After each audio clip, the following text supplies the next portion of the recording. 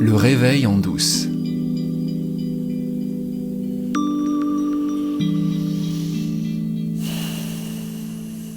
La semaine dernière, j'ai commencé à partager avec vous cette expérience que j'ai faite début décembre, d'aller faire une retraite de 10 jours en silence dans ce centre qui s'appelle Dhamma Mahi et qui se situe dans l'Yonne, à disons 2 heures de Paris.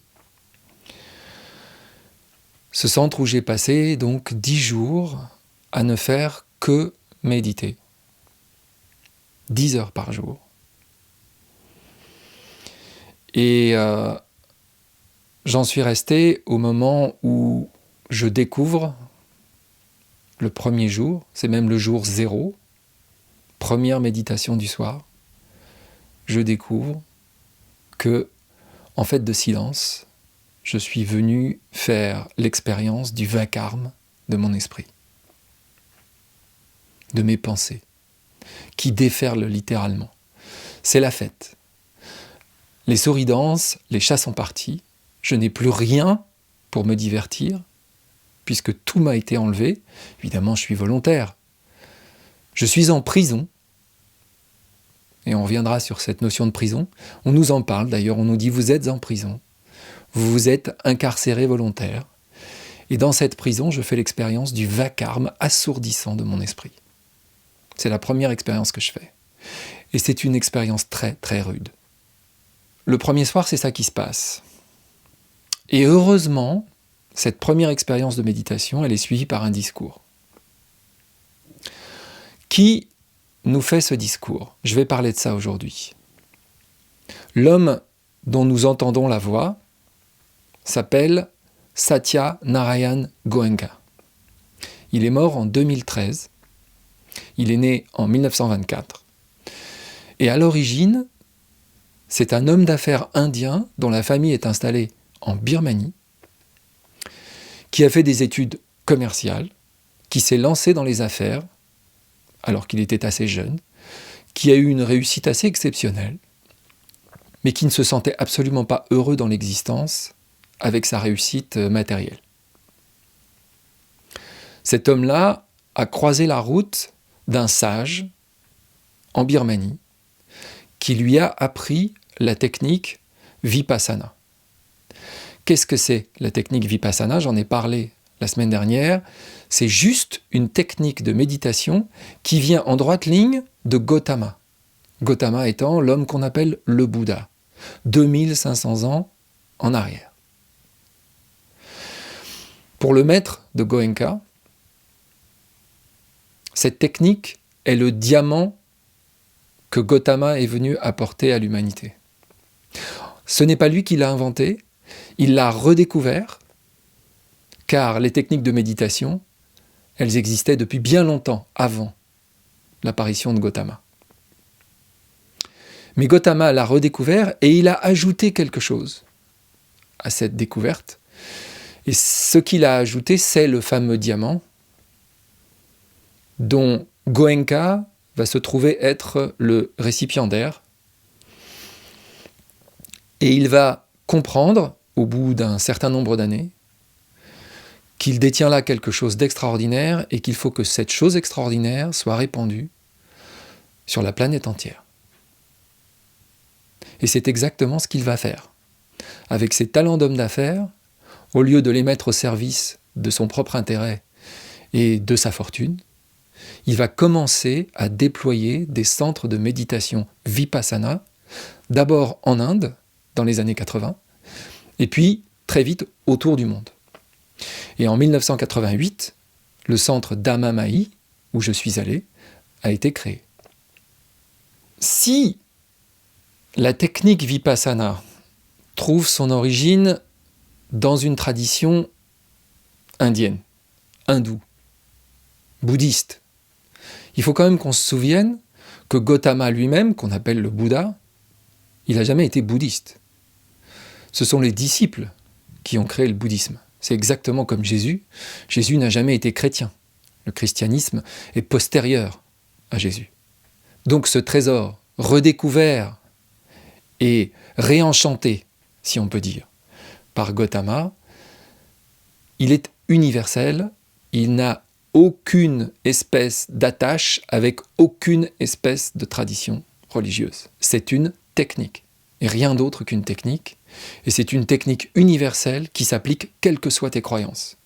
Que tu sois athée, que tu sois chrétien, que tu sois juif, que tu sois musulman, la technique Vipassana s'applique à toi. Quand on arrive là-bas, à Dhamma-Mahi, on est frappé par ça, par la sécularité du lieu. Il n'y a aucune trace de religion là-dedans. Il n'y a pas d'icône, il n'y a pas d'image, il n'y a pas de crucifix, encore moins, il n'y a pas de bougie, il n'y a rien. Il n'y a que des gens normaux, habillés comme moi, qui sont là pour nous aider à méditer dans les meilleures conditions. Point barre. Rien de religieux, rien de sectaire, absolument rien. C'est exactement comme si on allait à la salle de sport. Et encore, il n'y a même pas l'uniforme.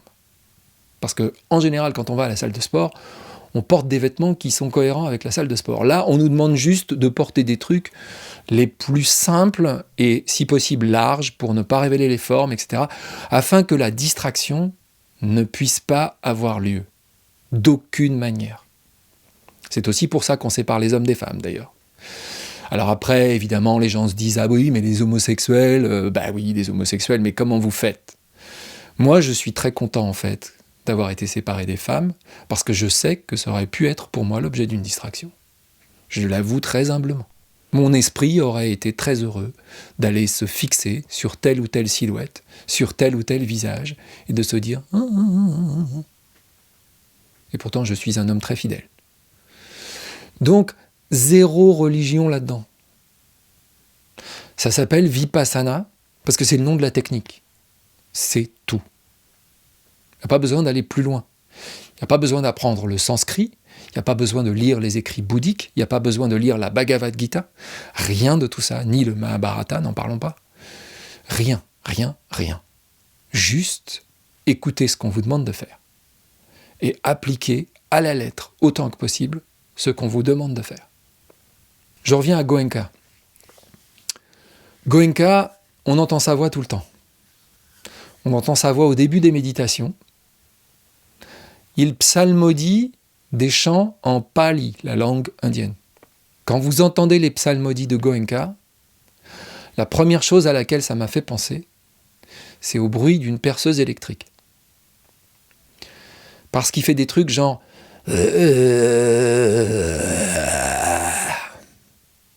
Ça m'a presque fait rire. C'est très perturbant, au début, d'entendre ça. On se dit, oulolo, c'est bizarre. En fait, ça vous met dans une ambiance de vibration. Ce n'est pas du tout beau, au sens esthétique. C'est une vibration dans laquelle on nous met. Ça peut être contestable, hein. On peut tout à fait dire ça merci, je prends pas. Bah le prends pas, c'est pas grave. Parce que derrière ces psalmodies, il y a des instructions qui nous sont données.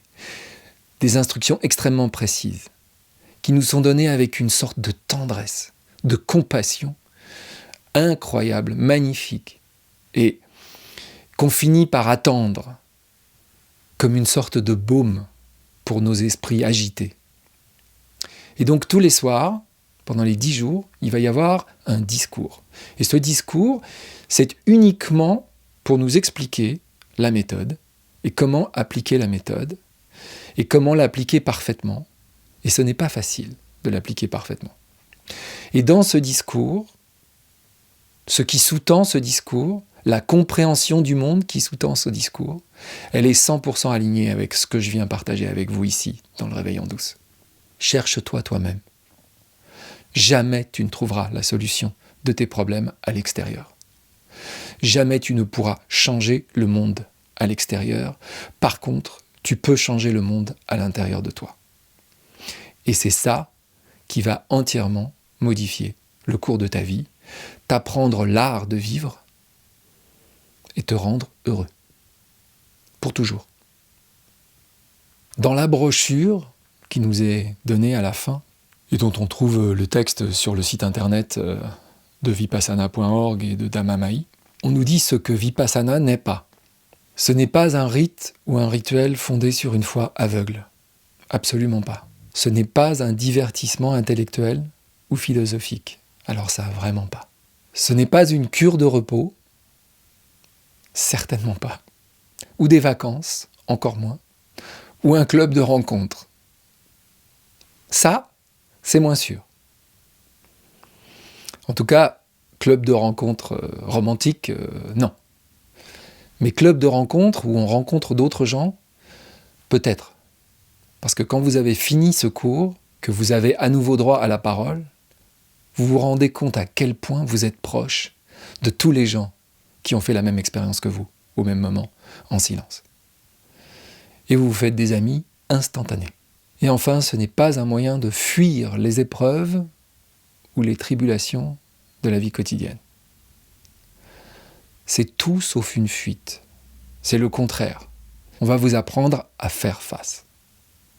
De la plus belle des manières.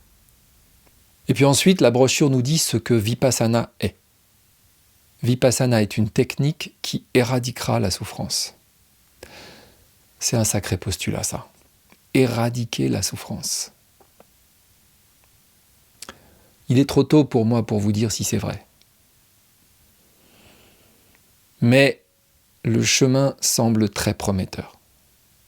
La deuxième chose qu'est Vipassana, c'est une technique de purification mentale qui donne les moyens de faire face à toutes les tensions et à tous les problèmes de l'existence avec calme et sérénité.